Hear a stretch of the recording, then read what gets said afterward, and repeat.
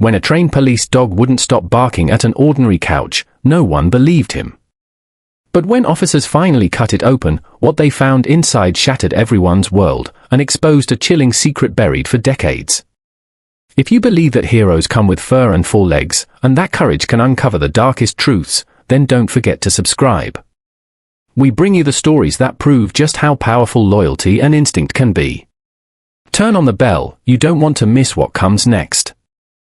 The call came in just past 2 a.m., routine enough, a domestic disturbance in a quiet suburban neighborhood on the edge of town.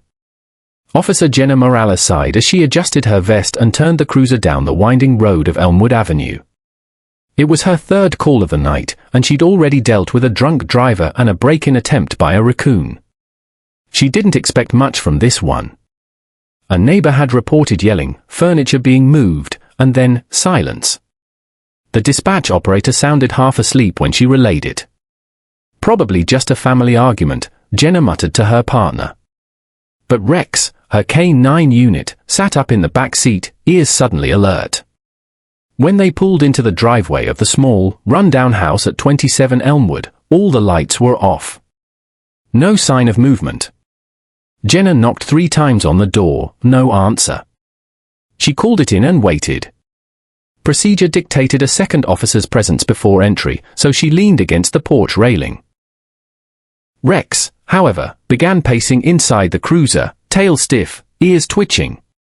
Within minutes, Officer Carter arrived, and the two made entry. "Police?" Jenna called, flashlight beam sweeping the front hall. The place smelled off. Like mildew and something older. Decay, maybe. The floor creaked beneath their boots, and a layer of dust coated nearly every surface except for one area, the living room. Oddly, the furniture there looked recently moved. The coffee table was askew, and the couch, a massive, overstuffed brown sectional, was at a strange angle, half blocking a hallway. It looked like someone had been dragging it. "Looks like they left in a hurry," Carter whispered. "Or tried to hide something."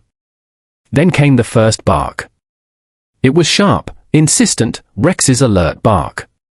From outside, he could see into the house through the open door and had locked his eyes on the couch. He barked again. And again. Jenna turned toward him, puzzled. "What is it, boy?" Carter frowned. He's fixated on that couch. They let Rex in. The moment his paws touched the floor, he lunged directly for the couch, sniffing furiously around it. He barked louder now, growling low, then pawed at the cushions. It was like he was obsessed. Carter raised an eyebrow. "You think someone's hiding drugs in there?" Jenna shook her head slowly. He's trained to alert on several scents, drugs, explosives, human distress signals. He only reacts like this if it's the last one. "You think someone's in the couch?" "I don't know," Jenna whispered. "But look at him, he knows something." Carter was skeptical. He leaned down and tapped on the side of the couch. Solid. Too solid. Jenna pulled out her flashlight again and inspected the edges. One cushion didn't match the others, it was slightly elevated. She gave it a push. It didn't sink. Then came a sound. A muffled knock. Faint. From inside the couch. Jenna and Carter locked eyes. They sprang into action. Carter pulled a knife from his belt and began slicing open the lining underneath while Jenna held Rex back, though the dog thrashed against her grip. As Carter cut through the thick fabric, a foul smell hit them, sweat, fear, maybe even blood. And then, they saw it. A hand. Small. Pale. Fingers trembling. "Oh my God," Carter muttered, dropping the knife as he reached into the opening. "There's someone in here." Together, they tore through the stuffing and foam until a hidden compartment was revealed beneath the main seat. Inside, curled into a tight ball, was a young girl, barely 7 years old, wearing pajamas stained with grime, eyes wide with terror. She didn't speak. She didn't even cry.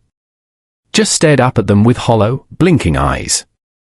Jenna reached in gently, scooping her up. She was light. Too light. Malnourished. The child clung to her, fingers digging into Jenna's uniform as if afraid she might vanish again. "We need paramedics," Carter said, already calling it in. Now.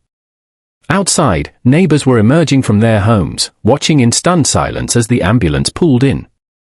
The girl was rushed into the vehicle, still silent, her eyes never leaving Rex. He stood beside the stretcher, tail down, quietly watching her go. Jenna climbed in with her while Carter secured the scene. The girl spoke her first words only once they were halfway to the hospital. "Don't let him come back." "Who?" Jenna asked softly. "The man who put me in the couch." Her voice was a whisper, brittle and broken. Jenna's heart twisted. Back at the house, the search intensified. They found no adults. No signs of a struggle. But they did find surveillance cameras inside the living room, small ones, embedded in the corners of the ceiling, all wired to a DVR hidden in a closet. The footage was horrifying. The girl had been brought in days earlier, stuffed into the couch while sedated.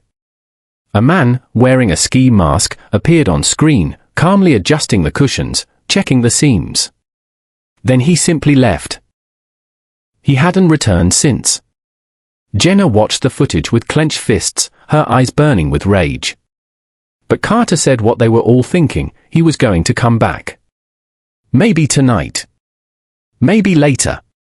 But he was planning to move her. Or worse.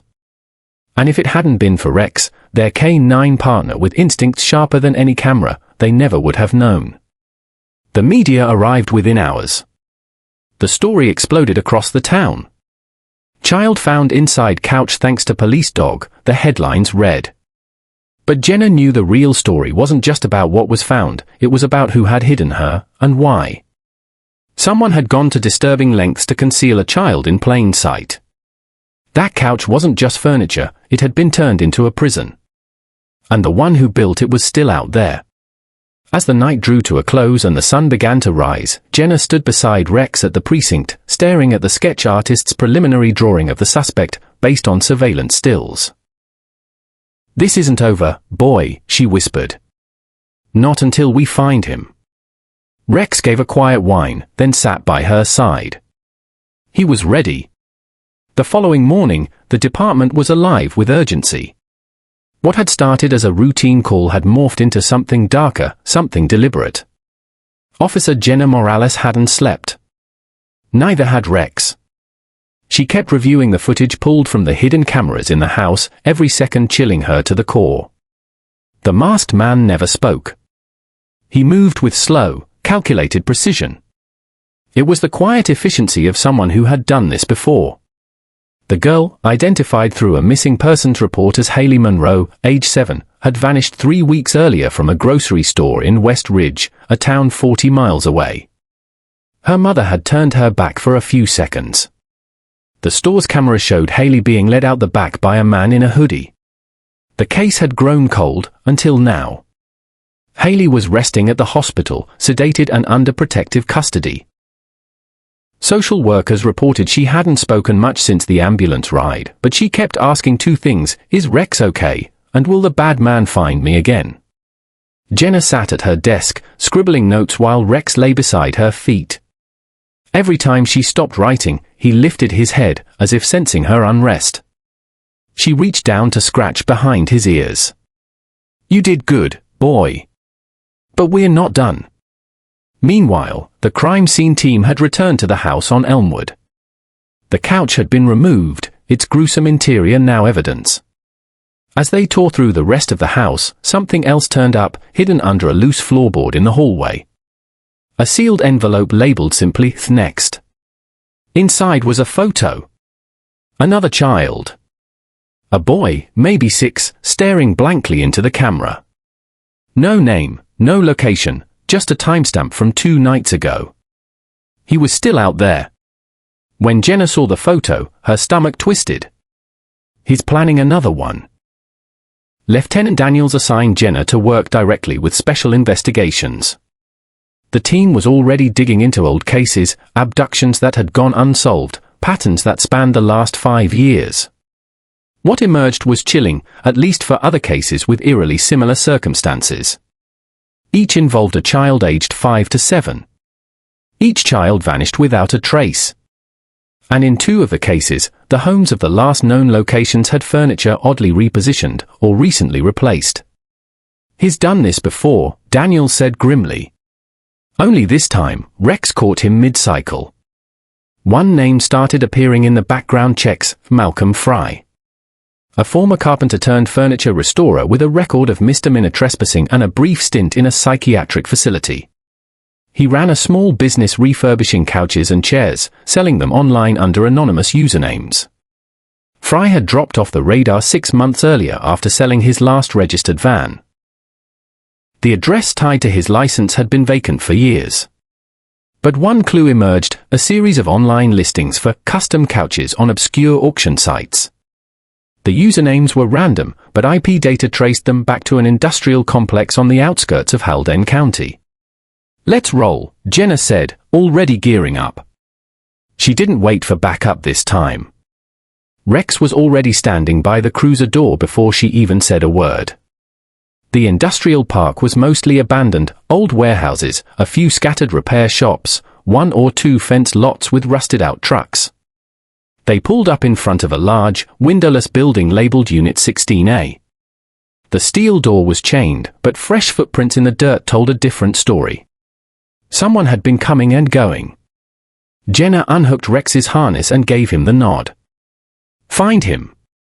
Rex lowered his head, sniffing along the frame of the door, then around the side toward a rusted-out loading ramp. There, the scent grew stronger. He let out a low bark and pawed at a corner panel near the base of the wall.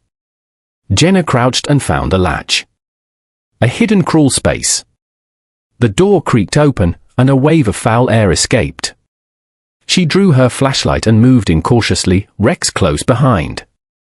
The passage led into a dark chamber where makeshift shelves lined the walls, filled with tools, nails, and strips of upholstery. But in the center of the room sat 4 couches, unfinished, their stuffing spilling out, wood frames exposed. And then she saw the crate. A heavy, wooden crate tucked behind 2 of the frames. A small sound came from within, a faint knock. Then another. "God," Jenna whispered. She called it in, then hurried to the crate, Rex growling low behind her. She yanked the lid open. Inside, wrapped in a thin blanket, was the boy from the photo. Alive. Tears welled in her eyes as she pulled him out. He whimpered but didn't scream. Just clung to her the way Haley had. "You're safe now," she whispered. "You're safe." But the relief lasted seconds. A clang echoed through the warehouse, a door slamming. Rex snapped to attention, growling louder. Jenna set the boy down gently behind the couch and drew her weapon. She could hear footsteps now. Heavy. Moving fast. She crouched low, signaling Rex to stay low and guard the child. The figure appeared suddenly, tall, gaunt, wild-eyed. Dressed in a dark hoodie and jeans splattered with sawdust. His eyes locked onto Jenna with manic intensity. "Get away from my work," he hissed. "Hands where I can see them." Jenna shouted. "Now!" But he didn't listen. He moved, fast, grabbing a tool from a nearby table. Rex exploded into motion. Before the man could raise the weapon, Rex collided with him, teeth sinking into his arm. He screamed, tried to shake the dog off, but Jenna was already there, wrestling him to the ground. It took everything she had to cuff him. He fought like an animal. But they got him. Malcolm Fry, suspected in at least 4 abductions, was finally in custody. Jenna looked down at Rex, who was still growling over the man's chest, his muzzle flecked with blood. "You did it again, partner," she whispered. Outside, backup arrived. The boy was rushed into care. The media wouldn't get the story for another 24 hours, but inside the precinct, they already knew the monster was off the streets. But questions remained. Why couches? Why the bizarre concealment? And were there more victims still waiting to be found? Jenna looked down at Rex again. He was tired but alert, always listening. And somehow, she knew this wasn't the end. It was only the beginning. The arrest of Malcolm Fry sent shockwaves through the law enforcement community. What had started as a K9 unit responding to a noise complaint had unraveled a twisted chain of abductions, all orchestrated by a man whose obsession with furniture became the perfect mask for his crimes. Fry refused to speak in interrogation. He sat stone-faced, his wrists chained to the table, staring at the mirrored glass as though it were a window into something else. He never asked for a lawyer. Never flinched. The only time he reacted was when Rex walked past the room, and Fry shrank back like a man facing his own judgment. Jenna watched him through the one-way glass, her fists clenched. She'd seen evil before, but this man was different. Cold. Detached. Calculating. The kind of evil that doesn't need chaos or anger, it just needs silence and time. Behind that silence, though, there were answers. So the department began digging deeper. The forensics team found receipts, dozens of them, tied to storage units, couch materials, tools. One receipt led to a rural storage unit 40 miles west. It was rented under a false name, but surveillance confirmed Fry had visited it just 2 weeks earlier. Jenna and a full task force were dispatched to the site. What they found chilled them more than anything yet. The unit was filled wall to wall with furniture, dozens of couches, recliners, and chairs. All hollowed out. All meticulously rebuilt to conceal. But worse than the frames were the contents found inside 5 of them. Old belongings. A child's shoe. A torn backpack. A small, pink diary with crayon drawings inside. The signs of lives that had been stolen and never returned. They had unearthed a graveyard disguised as a workshop. Rex sniffed one couch and growled immediately, just like he had that first night. He walked over to another and stopped cold, pouring gently at the cushion. Jenna knew what he was telling her, there were more victims. And not all had been found in time. Over the next week, the FBI became involved. Fry's case was now a federal matter. Investigators traced a network of online transactions going back 6 years. Fry had sold over 100 pieces of furniture under anonymous aliases. Some delivered by him directly. Some picked up by buyers from classified listings. Authorities feared the worst, some of those items might have been delivered with hidden victims still inside. That thought kept Jenna up for nights. Haley, the little girl who had first been discovered inside the couch, began to recover slowly at the hospital. She was assigned a trauma counselor and visited frequently by Jenna and Rex. The bond between child and dog was unbreakable now. Every time Rex entered the room, Haley's eyes lit up. She even spoke more freely, and through scattered memories, she gave the detective something crucial, a name. Mr. Garrett, she whispered one day. That's what the man in the mask called the other one. Jenna froze. The other one? Haley nodded. He said Mr. Garrett picks the houses. He builds the rooms. That changed everything. Fry wasn't working alone. The hunt for Garrett began that same day. Agents scoured databases, narrowed leads, followed clues through furniture restoration forums, online carpentry chats, and subcontractor networks. After a few days, a profile emerged. Jonathan Garrett, a skilled home remodeler who specialized in hidden compartments, false walls, and secret storage. He had contracts across 3 states. He was praised for his discretion and unique designs. And he had vanished 6 months ago. The last known address for Garrett led to an abandoned farmhouse on the edge of a forest reserve. Jenna, now paired with an elite team and of course, Rex, made the final trip. They approached the structure just after dawn. The house looked empty, overtaken by weeds, the porch half collapsed. Rex sniffed the air and immediately tensed. Something wasn't right. Inside, the house was gutted. Tools hung neatly on walls. Drawings and schematics of furniture layouts were pinned across boards. One room in particular had diagrams of child-sized containment units hidden inside beds, couches, even floors. It was a workshop of horror. And then they heard it, a sound coming from beneath the floorboards. Scratching. Jenna dropped to her knees and placed her ear to the wooden planks. It's coming from here. They pried open the floor, revealing a small, sealed hatch. Inside, they found a steel door, like a panic room, only designed to keep people in, not out. They opened it. And inside, they found a girl. Alive. Scared. But alive. She was 10 years old. Another missing child, gone for months, presumed dead. That rescue shattered everything. The press swarmed. Garrett was now America's most wanted fugitive. He had slipped away only hours before the team arrived. But this time, they had a face. A full profile. The victims were speaking. And the entire country was watching. Back at the station, Jenna sat beside Rex, staring at the board covered with photos of the rescued kids. Haley. The little boy. And now this newest girl, whose name was Ava. Rex had been key to each one. Every bark. Every growl. Every refusal to walk away had been a cry for justice. And people were finally listening. In a televised statement, the chief of police praised the unit and made one thing clear: if not for the instincts of one brave K9 and the unwavering determination of his handler, these children might never have been found. Officer Jenna Morales and K9 Rex are the reason these kids are alive. Jenna didn't care for the spotlight. She just looked at Rex and said, "You saved them, buddy. You were the one who never gave up." The case against Fry was ironclad. He was convicted on multiple counts of kidnapping, child endangerment, and accessory to murder. Garrett remained at large, but with every day, more leads came in.